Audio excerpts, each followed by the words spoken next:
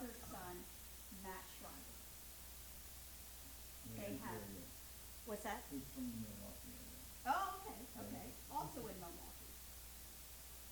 They have 13 grandchildren and 5 great grandchildren. We are so very honored to have Mr. Marty Schreiber here with us tonight. Would you please help me give Mr. Marty Schreiber a Diamondhead very warm welcome?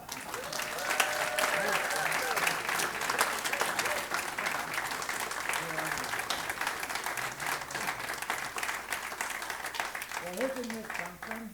I was waiting for her to get to the punchline, like there was no bit, and friends may call at the nursing home with many hours and so forth, and the funeral will be at such and such, and Dr. Richardson or the Methodist Church will be officiating. This was the type of, but thank you very, very much. Can you imagine getting a key to the city? That's a dream to get a ride out of town by the sheriff, but never so thank you so very, very much. And to tell you, I don't know why you're here, but I'm here because they told me that I would be auditioning for the Golden Bachelor. And so I don't know how close we are to that, but it seems like we're not moving in that direction. Oh, it's just wonderful to be here. I want you to know that to be in Mississippi with you, I've been in Texas and I've been in Florida. The first time in Mississippi, and it's really quite an honor for me. To be so wonderful, boy, Mayor, thank you very, very much. We talk political parties, and I'm a Democrat, she's a Republican, but when to have something good or two with a city like that, that's really sort of special. So, Mayor, thank you for your leadership also in domestic friendly. Yes. That's great. And then to the whole library system, to John, to Evan, to Leah, Sherry, Andrea, all of you, so thank you so very much. It's really good to be here. I want you to know that this has been, as John said, work for a long time, and I wanted to make sure I did a good job. Can you hear me all right? Yeah. Okay, so I want to make sure that I do a good job. And so what I did is I started working on the talk in advance, going over it and so forth. And I want you to know that I now have completed my second going through of my talk in my mind. And so I want to thank you all for being here. It's just been a wonderful experience. So that's probably something you didn't understand when I was saying. I have something for you. All right. How is this? Oh, all right. Now I forgot where I was. Oh. Yeah, we'll start. Can you go through that? Leah, here, read it over again. Well, here we are, aren't we? And we're going to talk about my 2 Elaines. And my first experience with dementia, though, goes back when I was campaigning for governor, way back in 1978. And I was giving a talk in Eau Claire, Eau Claire, Wisconsin, of all places. So Eau Claire is a small community to the south and to the east of Minneapolis, maybe about 60 miles, just diagonally across. I gave this talk, and my campaign talk, and after the talk was over, this elderly gentleman came up to me and he pounded me on. He said, "Governor," he said, "that had to be the world's most god-awful speech I've ever heard in my whole life." Well, his wife heard that, and she was embarrassed. You could tell she came rushing over. She said, "Governor," she said, "please excuse my husband. He's old and he's senile, and all he does is just repeat whatever he hears everybody else say."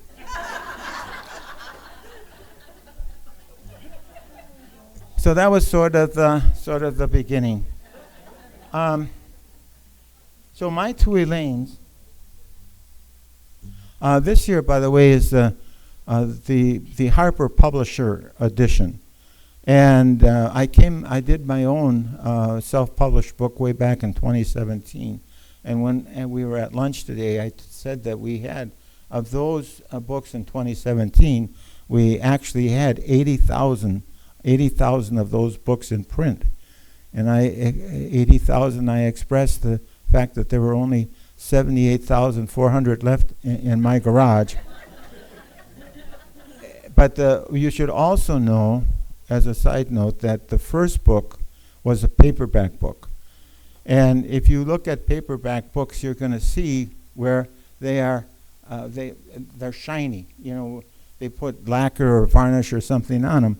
And so what happened was, and this sounds, sometimes people think I'm bragging, and you can be your own judge of that. But what happened was, we were running out of books. Those were the first editions. We had like 6 printings of those. And so we were so I had to go to the printer. I said, I need books as soon as possible. Well, he got the books done ahead of time. And because he got the books done ahead of time, but what happened, that lacquer and that varnish, he didn't let it dry, okay? And because he didn't let it dry, have you ever, just as a side note, have you ever picked up a book and started to read it and couldn't put it down? No? Well, what happened, he didn't let the varnish and the shellac dry, and it became sticky. So it was sticky, but people picked up the book and they started to read it, and they wanted to put it down. And they just couldn't put it down. Well, then what happened further is, because they couldn't put it down, I was fortunate in that their stick, it didn't prevent them from seeing the front cover. When it's cold in Milwaukee in January, and they wanted to put they had to go out and buy milk and bread and so forth, and they couldn't put their coat through the arm through the coat because of so they were walked around like this outside, and they blamed me for 14 cases of frostbite. And I haven't figured out whether or not there was 4 hands, 4 fingers with 16 cases of frostbite, or whether it was 16 hands with 4 cases of frostbite. But anyway, so people have picked up this book, as I said, and couldn't put it down. But let's talk about my 2 Elaines. Well, first of all, every caregiver knows and understands that this probably is one of the toughest responsibilities, one of the toughest jobs in the world. And there are so many tough emotions that go with this disease. There are so many mistakes. Well, here, let's go back up here. One of the reasons I wrote the book, if there's one thing worse than Alzheimer's, it's ignorance of the disease. And when I say ignorance of the disease, I mean by the medical profession, who does not understand that there are 2 patients when there are diagnosis. There's the patient who is ill, and then there is the caregiver. So 2 patients. And the reason I can say that is 40% of caregivers die before their loved one because of stress-related illness. There is a 60% higher mortality rate for caregivers than there is for non-caregivers. So caregivers have to understand, and medical profession has to understand, that being a caregiver is a very, very health risky kind of business. So if there's one thing worse than Alzheimer's, it's ignorance of the disease, even by we caregivers who really don't understand how important it is for us to get help, and for how important it is for us to take care of ourselves. But also ignorance of the disease, you're fighting it here by making sure that people are more aware of it, by ignorance of the disease by churches, ignorance of the disease by organizations, by employers. And hopefully, this is not what I don't know, if someone becomes ill here in the Mississippi area and they can't walk and so forth, what do you bring them? In Milwaukee, it would be chicken casserole or tuna casserole. I'd be laid up, they bring me, well, what do they bring here? Okra? What did they bring? What is it? Gumbo. Okay. I'm gonna acclimate my talk. Alzheimer's is not a gumbo disease. The point is, if you are laid up, people bring you chicken gumbo. If you have open heart surgery and you can't go around, they bring you chicken gumbo. If there is Alzheimer's, people don't know what to do. They're ignorant of the disease. So they don't bring you gumbo. What they do is, because they are ignorant of the disease and don't know what to do, they stay away. And then what happens is the job and responsibility of a caregiver becomes even that much more lonely, because you have friends of 15, 20, 30 years who all of a sudden don't call anymore. And so now the caregiver is going through this kind of challenge, and all of a sudden, in addition, my friends are deserting me. In addition, my friends are leaving me. They're not paying. What is going on? So if Alzheimer's is bad, ignorance of the disease is worse. Where across the community? Medical profession, churches, other community activities? Yes. And so I felt I wanted to try and do something about that. But also, 20 years ago, when Elaine was first diagnosed, this disease could not be cured. It could not be prevented. Today, December 5th, 2024, Alzheimer's cannot be cured. It cannot be prevented.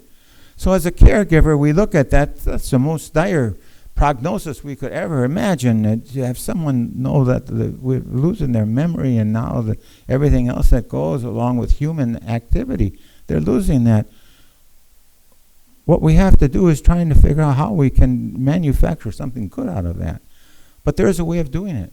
And the way we can do that is to make a determination that we have something very doable to do, and that is to help our loved one live their best life possible. If we can help our loved one live their best life possible, we are in essence doing something extremely important. And we don't necessarily then have to worry about the guilt and the complexities that come with trying to deal with the emotional experiences of someone dealing with Alzheimer's. How do you help your loved one live their best life possible? Well, by joining their world. That's one of the most important things we can do. As long as I try to keep Elaine in my world. Elaine, it didn't happen on a Thursday, it happened on Elaine, it wasn't the Smiths, it was the Jones. Why did you put the car keys in the dishwasher? Elaine, you asked me the same question. I told you we're leaving at 10 o'clock. Why are you? That's not it. What we do is we join their world, and we understand where they are at the moment in time. And what we sort of have to understand, it's sort of like if you take a funnel and you put a small part of the funnel by your eye and you look up, you can see the whole expanse of the world. You can see things that are great. You can see that the beauty of things. Well, what happens is this disease takes effect, that funnel becomes reversed. And now the large part is by your eye, and you look out and all you see is a little bit. That then becomes your life. Not what happened 5 minutes ago or 5 years ago or planning on what's going to happen 5 minutes from now. All you know is that which is there in front of you. How do we help our loved one live their best life? Well, Elaine asked me, how are my parents? She asked me once. And I said, Elaine, they're both dead. Well, the shock on her face, she said, no, they're not. Yesterday, when she realized maybe she didn't say goodbye to her parents, much less attend the funeral, I promised myself I'm never going to put her through that again. And so the next time she asked me, how are my parents? Oh, I said, they're doing well. I said, your mom likes working at church and your dad likes sports. And so, she said, that makes me feel so happy. That makes me feel so happy. That's therapeutic fibbing. Therapeutic fibbing. I want you to know two things about therapeutic fibbing. Two things. Number one, I tried it the first year of marriage. The second thing about therapeutic fibbing, and not everyone believes me on this. Not everyone believes me. But anyway, so you remember the story about Moses and the 10 Commandments? Moses is up there on Mount Sinai. Pastor Richard, you remember that? You can tell that story about. But anyway, so at that time, I was there. I was with him. And we're on top of this mountain together. I said, Mo, how do we... First of all, if you're with Moses, never call him Mo. He hates that. He just hates that. And so I said, Moses, how are we going to get these tablets down to the bottom? Well, he says, we're going to have to work at it together. So finally we get it down to the bottom, and here people are gathering around in Arabic Hebrew, the front of the tablets. They read these and don'ts, what, so forth and so forth. Well, I'm watching what's going on, and I'm not... But what happened was I walked around and I looked on the other side of the tablets. And here, chiseled in stone, in American English, the words, therapeutic fibbing is good. Therapeutic fibbing is advisable. Therapeutic fibbing is helpful in helping your loved one live their best life possible. Now, 9:30 in the morning. Elaine said, I want a glass of wine. You can't have a glass. That's not the answer. Elaine, do you want red wine or white wine? Should we drink it with your sisters, or should we invite the neighbors over? And well, why don't we have a cup of coffee while we figure out what kind of wine we're going to be having? But redirection, to avoid the conflict, to join their world. One of the most difficult points about joining the world of the person who now is to let go of the person who once was. That is extremely difficult. It's what I call the pivot. A very, very difficult experience of letting go of this person who was the love of your life forever and now embracing this new person. But you cannot help this new person live their best life possible if we try and keep them in the old world as it would be to them. Another way of helping our loved one live their best life possible is to make the determination for the caregiver to live their best life possible. If the caregiver wears themselves down, which is very normal if they're not smart, the caregiver doesn't get enough sleep and doesn't have a proper diet and doesn't get enough socialization, what happens then? What I contend sets in is irrational irritability. We all know what it's like not to get enough sleep, not to get enough rest, how to have those pressures build up, and all of a sudden you really get upset about things that ordinarily you wouldn't get upset about. And so caregivers understand you have to take care of themselves.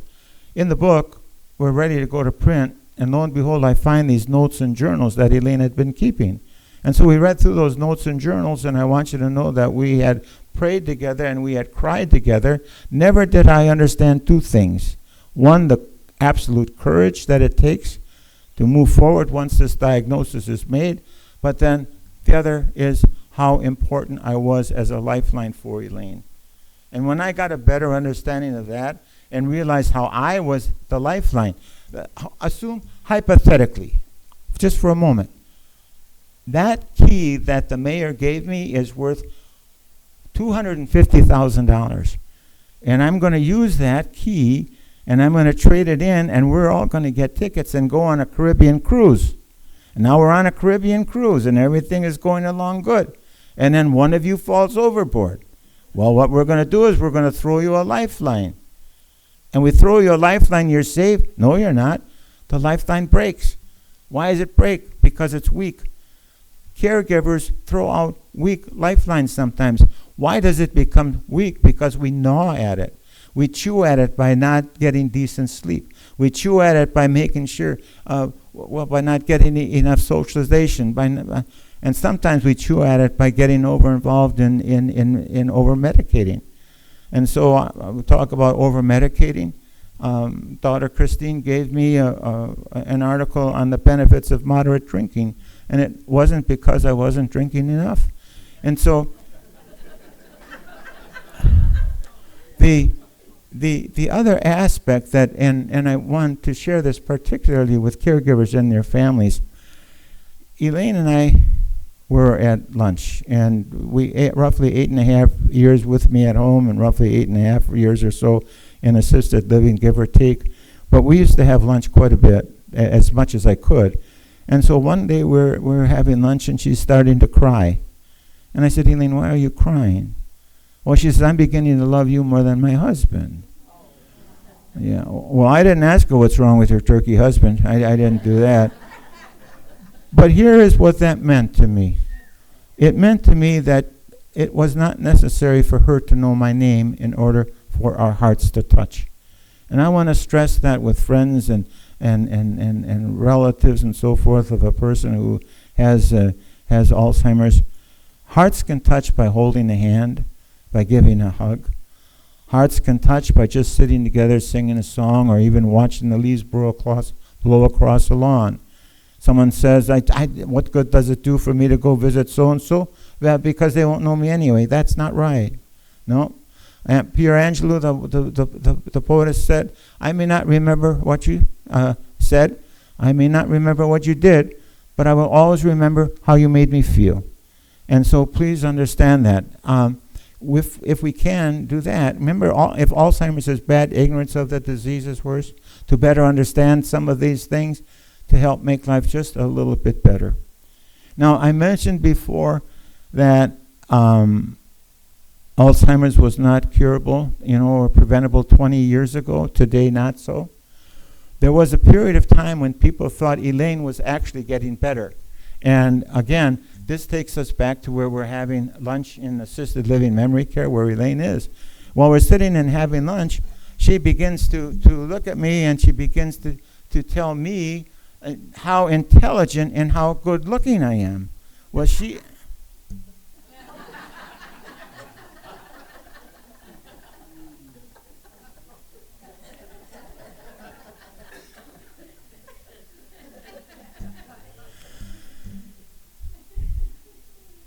Can I go on?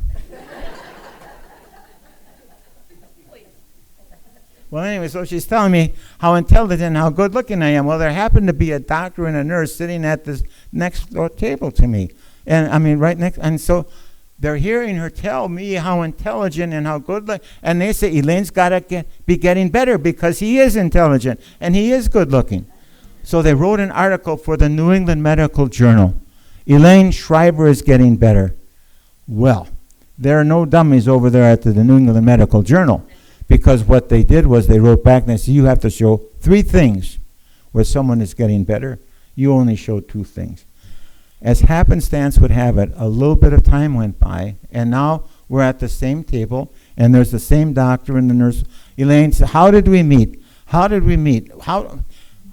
Elaine, I said, when we were freshmen in high school, we sat next to one another in Latin class. And I said that I fell in love with you right away.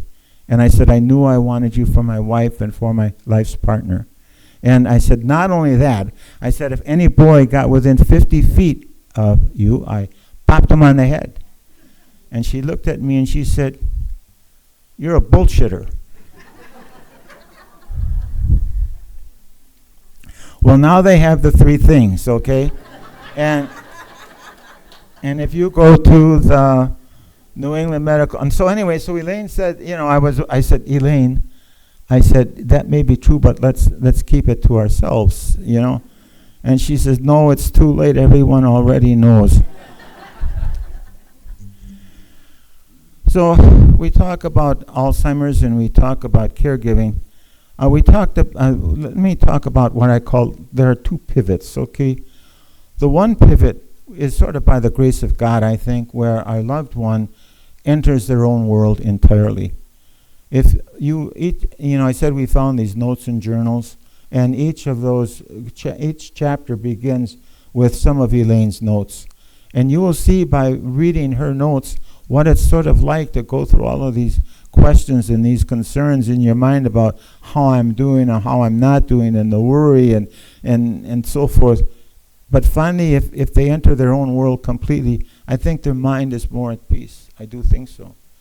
But the other pivot, and this is by the caregiver, and that is when you finally get to the point where you understand of letting go of this person who once was.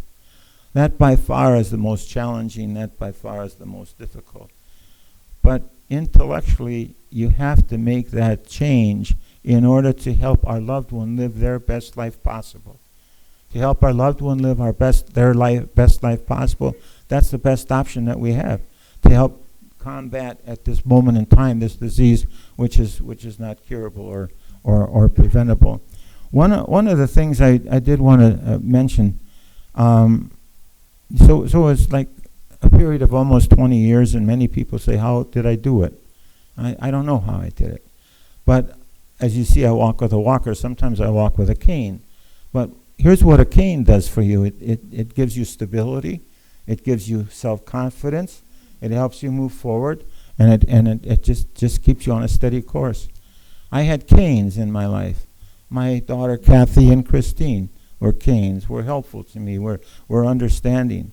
One of my regrets was when I first came out with the book, I read I wrote what I felt. I found Elaine's notes, wrote what she felt, but I didn't really go in and ask my children what they were going through. I was grieving for a wife, and they were grieving for a mom. And I guess I wish I would have done a better job of understanding and acknowledging what they also were going through. But So these canes, you come and you meet people that all of a sudden take on so much more meaning and value in life. I never thought in my wildest dreams I would be receiving a key to a city, any place, much less this city, which is really so very, very special. I never thought that. And at different places we never thought we would be. And to give you a sense of that, I was elected to the Wisconsin State Senate way back in 1962. And one of my responsibilities as a state senator was to go to Washington, D.C. for a meeting. And if you're familiar with the geography of it all, you will find out that when you go from Milwaukee to Washington, D.C., you basically fly over the city of Detroit. Well, the airlines knew that, of course, and so what happened was so I'm in the process of getting on this airplane in Milwaukee so I can go to my meeting and come back the same day. That was my goal. So it's now 5 o'clock in the morning, and what we're doing is we're boarding the airplane, and in front of me is this very distinguished-looking gentleman. As he gets on the airplane, he goes to the flight attendant. He says, "Does this plane stop in Detroit?" She says, "Yes, sir. The plane stops in Detroit. People get off of the airplane. People get on the airplane, and we go on to Washington, D.C." He said, "I have to get off in Detroit." She said, "Fine." No, he says, "I have to get off in Detroit." She said, "Yes, sir." He says, "Look, I'm inclined to fall asleep. I'm going to miss a very important meeting if I don't. But will you help me?" "Yes." "Do you promise?" "Yes." "Are you sure you?" She said, "Sir, I will get you off of this airplane in Detroit." Now we land in Washington, D.C. And here this distinguished-looking gentleman is in the process of getting off of the airplane. He goes to the flight attendant and he berates her like I've never heard anyone yelled at like that. It was horrible. It was just horrible. And so I felt sorry for her. So after he left, I went to the flight attendant and I said, "My goodness." I said, "That man was so angry, so angry." And she said, "He was angry. You should have seen the fellow I put off in Detroit."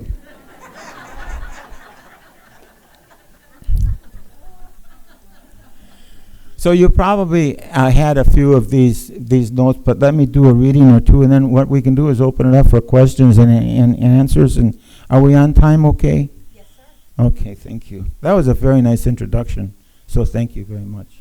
Well, boy, I hate to put you through that. Yeah.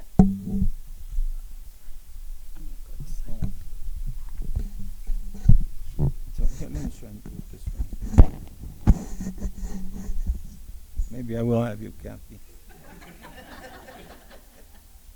So the wonderful thing about adult children, they now have their children, and they now begin to understand, what this whole thing is about.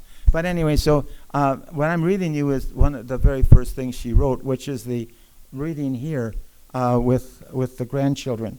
But Elaine writes, "It wasn't until a few weeks ago that I really had to say, yes, I do have Alzheimer's. I had read of signs that indicate Alzheimer's, like getting overly upset for no reason and having trouble with names and directions. But I still didn't think it was a problem for me. But in hindsight, for getting lost, I've been getting lost driving, having trouble keeping days straight and difficulties with names and schedules. I still felt I could handle it. It won't get worse. But this morning, I started reading about the mid-stage of Alzheimer's in hopes of preparing myself better and realized I'm not very far away. That is most scary, but I have to accept it." And so she's going through this where she understands what's happening, but she's still in her in our world for the most part. And so what happens is there's what they call the mini test. And in the mini test, if who's president of the United States of America, here's a clock, draw the 2 o'clock on the empty face of the clock.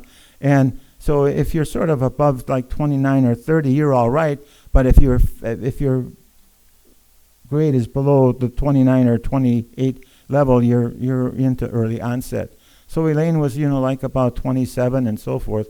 And so you don't go down 27, 26, 20 automatically like that. So you'll maybe be at 27 for a bit and then maybe drop down a little bit and fluctuate, but it's a continued downward trend. And so what happens then is as the caregiver lives with this, you really don't understand how this is going to continue to get any worse. You think you almost accomplished what things are going all right, and all of a sudden you wake up and now it's a new day and a new challenge, which makes it difficult. So Elaine is going through this, and in the beginning of many of these chapters, she talks about how important I am in her life. Please take care of me for me as well as yourself. She just discusses that, but here she has a little bit more of a different idea. She writes, I'm not enjoying my role anymore as Marty's wife. Because of his having concerns about my Alzheimer's, he doesn't let me be me. I can't go for a walk alone if I want to, or to the store alone. I used to appreciate him, what I thought was concern, but he holds me captive much too much. I'm going to try to have a second opinion because I really don't think I have any problem. I know how to drive or walk any place I want to, but he doesn't believe me, and I hate the control he has placed on me. I don't even think I have Alzheimer's per se. And so they're going through this in and out area, and people say, well, what should I do if my loved one thinks they don't have Alzheimer's? Well, that's all right. Let them think that. If they do have Alzheimer's, and so we've got to meet them. We've got to meet them where they are. So she's trying to fight this as best she can. She got a hold of every Alzheimer's book she could, and almost as if the more books she would read, it would be more like a penance and the least impact that Alzheimer's would have. But here she writes, I wish my Alzheimer's would dissipate. I'd like to be the smart wife and mother I used to be.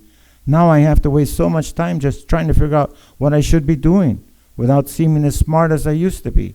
I need to rely on Marty for everything, and I'm very lucky he continues to keep me. Life gets more difficult every day. And so reading those and beginning to understand that I didn't take care of myself, that I was irrationally irritable, and I could have done things to increase your moments of joy, that's what sort of pushed me forward to writing this book. I went on this journey. Some people are going to follow, and I want to say, look, before you go, just take a look at this, and maybe that can help. Maybe it make a difference. And so what we're going to do is my very best one is that. So, well, here's what we're going to do. I'm going to read the very last one, which is my favorite, and then we're going to talk about prayer, patience, and persistence, and then we'll open up for questions. Is that okay with you? All right. Anyway, so this is my most favorite one, and she wrote this back in July 3rd on 2012. She writes, life is good, and I plan to have it continue that way until my children tell me it's time for a nursing home or something like that. This is realistic with what my Alzheimer's book says about my future. But till then, I will try my best to be normal, whatever that means, and keep my happy side of life always continuing. I'm lucky to have such a good family and many friends to help me get through all this. And so another great day to thank the Lord and smile, smile, smile. So I try and remember that. So I try and remember that as much as possible, the smile, smile, smile. One of the things that I treasure most as far as her legacy is concerned, she was a wonderful life partner. And campaign and politics and public service was a part of my life. That's all I ever wanted to do. And if I would run for political office, she would be the hardest working campaigner. If I would lose, she would never let me feel defeated. And so what I try and share with people is we can lose something, but we can never allow ourselves to feel defeated. We always have to have that hope, some opportunity to know that things are going to be different somehow along the way in a more positive manner. And so, yes, you and I can lose, but we can never allow ourselves to feel defeated. So prayer, patience, and persistence. I'm told this, and I don't know how I believe it, but I was told this, that this woman had this parrot. And the only thing this parrot knew is Polly wants a party, Polly wants a party. And so she's expecting her high school or college classmates to come over to visit, and she's thinking, what is going to happen if they hear her bird? The only thing the bird says is, Polly wants a party, Polly wants a party. They're going to think less of me. It troubles her so much she goes to see her priest. And she says, Father, you have to help me. I don't know what to do. I have parrot Polly wants to party. My friends, that's the only words my parrot knows. What are they going to think of me? Oh, I don't know what to do.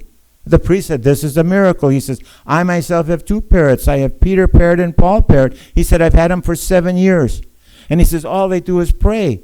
He said, they pray every day of every week, of every week, of every month of every year. For 7 years they've been praying.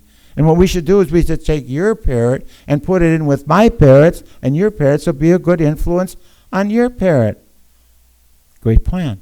The lady goes home and gets her parrot and brings it over to the priest's home. They open up the door, the cage for the parrot, and they put the lady's Sure enough, Polly wants to party, Polly wants to party. Peter parrot looked at Paul parrot and said, our prayers have finally been answered.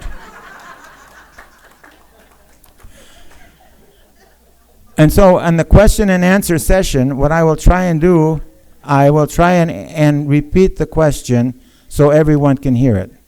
And if you ask me a question that I do not know the answer to, I will rephrase your question. So you've been great, you know that. And I tell you, I was so worried. I'm so worried because I know that everyone on the library board, the mayor, and the entire team works so hard. And I thought, boy, if I lay an egg, and if they get thrown out of office, and and get replaced and so forth, that's not a very good end result.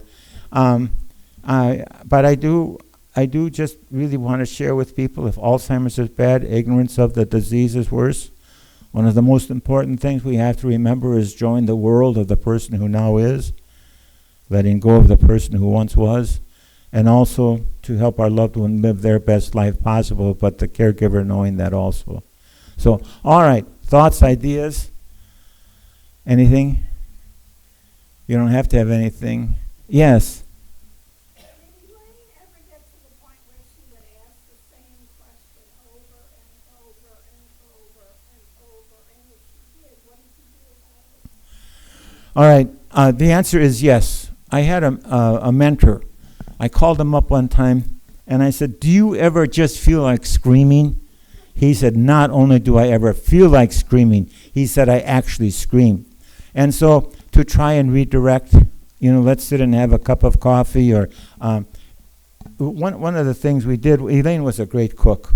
And so many times we would chop celery. And so when she would get off some area of not, asking these questions, so I would try and get her to chop celery. Or we would fold wash towels and so forth, and that would keep her busy too, and her mind off of repeating those questions. And that's where I got to the point of the funnel. She didn't know she was doing it, but yet it was angering me, and then I would feel so guilty getting angry. Once I understood, she couldn't help it. So redirection, I think, is the best. By the way, in the book, there's 2 things you should know about this book in addition to what I said. One of them is there's the Alzheimer's 800 number. So 24/7, question, issue, call that number. The other point is, for those of you who haven't had this book yet, every page number in here is in the lottery. And there's just no question about that. Yes? I had a friend whose wife, they called it the sundown syndrome. She was home, but she wanted to go home. What is that prevalent with Alzheimer's people, or just some of them? Or Yes. Did everyone hear the question? Did you hear the question? The question is, how could I possibly have lost the election for governor back in 1978? Sundown syndrome, I want to go home. Absolutely. Here is the thing. What is home to them? Is home the area that they can remember when they were 4 years old? Was it the first place they lived after when they got married? Was it their teenage years and so forth? And so, again, redirection, what did you like about home? What were some of the things that were most impressive? Or if you could go home, what would you do when you get there? But to try and get into the redirection. And sometimes you can't control it, just keeps on going and keeps on going. And again, to understand, I think I was trying to, I think I lost track of the fact. That's why I used the example of of the funnel. Again, that's the only thing they know, and you can't fight it. You just got to get in with the flow somehow. Yes, doctor. What was the most memorable vacation or excursion or trip that you took with Elaine after she was diagnosed? I'm making you think. Oh God. Yeah, it's hard to come up with the one I think I mentioned in the book, and that was visiting daughter Kathy in the Boston area. We're at the hotel, and we're getting ready to catch the plane. We're ready to leave, and I look, and she had unpacked everything that was packed, all in different dresser drawers and so forth, because she was doing her job. Got everything together, and rushed out. That made us late. Rushed out, got finally to the airplane. We were the last people getting on the airplane. The only seats available way in the back. And so we're trudging back there, me with a piece of luggage, Elaine with a piece of luggage, and all of the luggage racks were closed. And so I said to the flight attendant who was back there, where do we put the luggage? Well, she says, if you wouldn't be late, you wouldn't have to worry about the luggage. And I looked at her and I said, this must be the world's goddamnedest worst airline in the world. And that really worried her. But when you say, after diagnosis, that's the one that stands out most, and the learning experience that comes with that. And again, I mentioned this whole matter of being irrationally irritable. Boy, we've got to watch out for that. She went up, the flight attendant went up to the front of the airplane, and they really talked over whether or not they should toss me off the plane. So, yeah. Yes? Did you say about 8.5 years you kept her with you, and then? Roughly, yes. What was the tipping point for you to finally connect? Was it your daughters? Was it? Yes, it was that. It was a combination of things. I went to counseling with the Alzheimer's Association, and I am with the counselor, and I say, I just cannot see putting Elaine into a home. I just can't. And she looked at me and she said, you're not putting Elaine anyplace. You are giving her a chance to be who she is now. And that sort of hit me like a slap aside the head. And I began to realize that my reason for not wanting to put her into the home was my own ego. Not what's in the best interest of her, but my own ego. And finally I began to understand that. And then also my children telling me, if you don't do something, you're going to be dead before mom. Because no question, my health was being affected. And so, again, that's one of the most difficult decisions any caregiver has to make, and that is placement. And I can recall so very, very well the day that she was going to daycare, and fortunately, where she went to daycare, they also had assisted living. And so what happened was, I remember knowing that she's going into assisted living. It was a day after Labor Day, a number of years ago. And so finally, and it was horrible, but so we're leaving our home, our condo, and I'm ahead of her, and she's following me, and she leaves the door open. And I couldn't ask her to close the door because I knew that was the end of that life together. So we went over to what would be daycare, and then wink, wink, therapeutic fibbing. We're going to go into this area for the time being. And the people there were wonderful and had experience. Over the weekend before, we took different pictures and so forth that she could remember and have. And so when I left there, it was just horrible. And I can remember walking out into the parking lot. It was a beautiful day. And one of her classmates, so to speak, 43 years old, early onset. And I saw him talking with his wife and a few other people, and I'm thinking, wait a minute, wow, I should feel really more lucky than I should depressed, because he's 43 and I had Elaine all these years. So I walk out, and as I walk out, he says hi, and his wife said hi and so forth, and he looked at, he says, that's a beautiful blue shirt. Could I have that blue shirt? Well, I happened to have another shirt in the car, and I said, sure, come on. So I walked over to where the car was, and I took off the blue shirt and he put it on. I put on another shirt and he walked back to his wife and friend. Oh, look at my beautiful blue shirt. That isn't this wonderful? I'm just really so glad I could have this blue shirt. And so a lot of people give me credit for giving him the shirt off my back. But I had just held up a 7-Eleven store. And they were sort of looking for a short, fat, old guy with a blue shirt, and they never got me.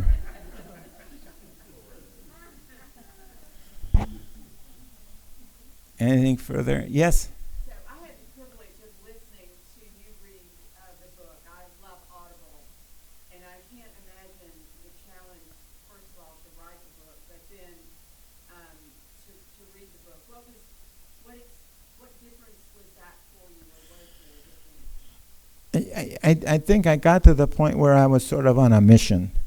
I have a very close friend whose wife had Alzheimer's, and I saw how he treated her, yelling at her for wanting an extra blanket, or almost slapping the hands because you reached for another cookie, and I mean just all of the things that would make life more miserable for both. And then I saw more of it, and then I also realized that of the books that I had seen, none of them gave sort of that Dr. Spock inside information on how you can really deal with that. So I think it was more of a mission, and so sort of easy to do, and I wasn't, struck emotionally to any great degree. And I think what happens is, we talked about this a little bit at lunch today, and it was a great lunch, but we talked about this a little bit at lunch today about grieving. And so in the process of the disease taking its course, you're also in the process of grieving. And I sort of had a sense of that, but I guess I just wanted to be able to help share with other people, to take away the great challenge and discouragement and guilt and frustration and anxiety and grieving. I wanted to help people deal with all of that. And so it was, as I said, more of a mission than it was anything else. I remember those times, and I just... yes, you had a question? I'm sorry. I'm trying to figure out this how do you figure out how to get the caregiver and the patient to accept help from a stranger, like daycare or something? Well, first of all, they have to acknowledge where they are. And I suppose it's almost like an alcoholic who refuses to admit they're an alcoholic. How can you help them? I don't know. And so if they would admit and understand if they would acknowledge what's going on, the first thing would be for a friend or so forth to acknowledge with them how tough the challenge is. And many people would say, well, call me if you need any help. That'll never happen. But, could I stop by and cut the grass? Or, I'm going to go to the store, let me bring you some okra, or, whatever it might be, but just to be able to start off in little snippets. Or can I come and sit with so-and-so for a while, or take her for a walk, or him for a walk, but just sort of gradually getting into it. This is my mother and father that I'm talking about. Uh-huh. So it's just us, and so I'm just trying to figure out how to get them to consider having someone come and help her, so that it's not me and him all the time. That's tough. Elaine refused to have any other woman in the home. Absolutely. And I said to Elaine, I said, wait a minute. I said, someone moved into the neighborhood, and I'd like you to show them around, show them where they're going. That's their problem, and it's just changing so difficultly. And so it's parents are hard to raise, aren't they? Yeah. I don't have a good, easy, quick answer for you on that. But check out that 800 number in the book, in the Alzheimer's Association, yeah. Yes? This friend that I had, his wife had Alzheimer's. He did everything for her, and was very hard, et cetera, et cetera. But he started dating me, taking, people to dinner again. What do you think about that? That kind of All right, I can understand it. I did not have that fall into my life, but I am a widower with a wife, the both of them. And if either the person who is ill develops a relationship, or if that person who is ill is no longer the same person and offers some type of support to the caregiver, they have to make that decision in their own mind, and I'm not going to say it's good or bad or negative or positive. That they have to work that through themselves. It's almost, but not quite, like how everyone handles grief in their own way, and we can't tell people how to handle grief because they, right, and so if you, yes. Well, anything further? So the Detroit, way in the back, yes?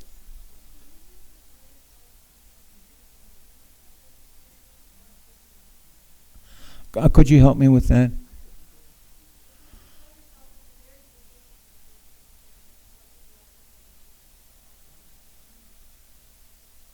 Okay. In the very beginning, what would you have said to yourself at the very beginning?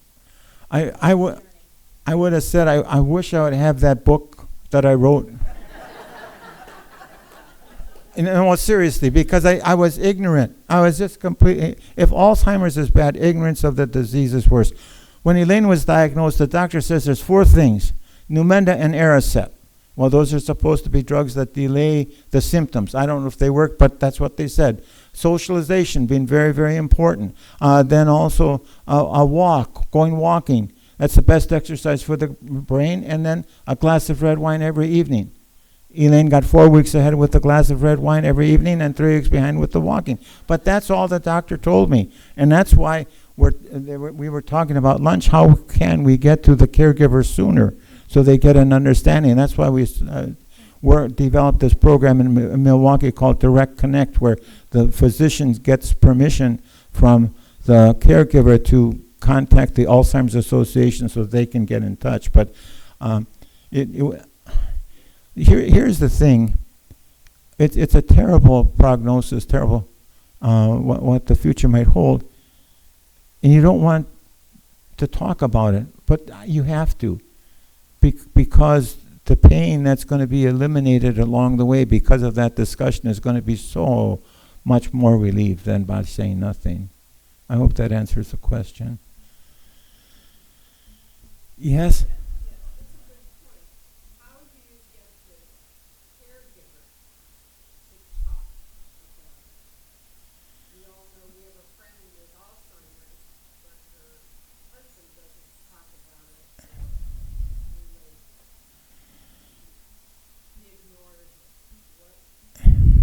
Well, there again, I don't have an answer for that. As I said, my friend just refused to let go of his wife from his world, and he wouldn't admit it. He wouldn't. No, she's okay. They don't want to let go, and so I would go back to the 800 number unless someone else has got an answer for that. Dr. White, do you have any thoughts on that? So, yeah, Mayor?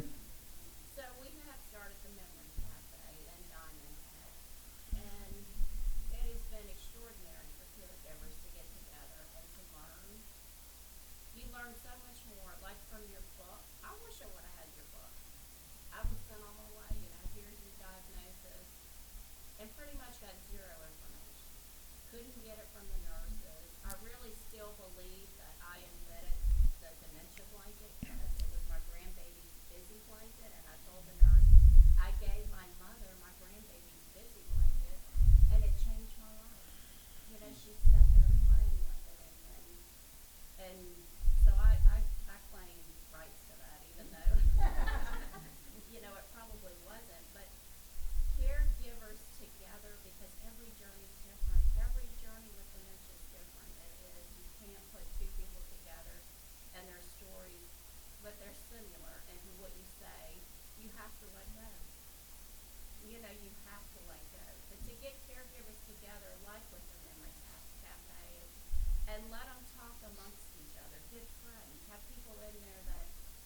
can communicate and know, then we identify in the community who needs further help. And Diamondhead is a beautiful community. We have a lot of caring people. Nobody should be suffering in Diamondhead, worried about caregivers and dementia. We should all be helping one another.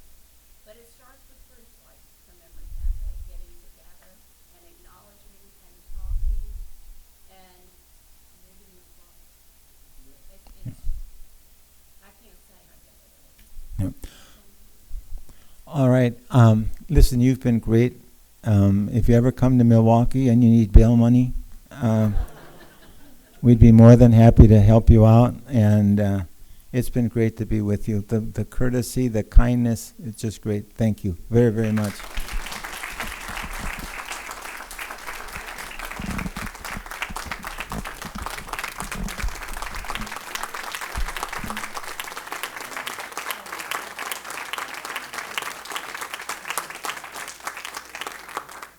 Super things. First of all, to Mayor Nancy's point, please know that the Diamondhead Memory Cafe is up and running and has been for several months.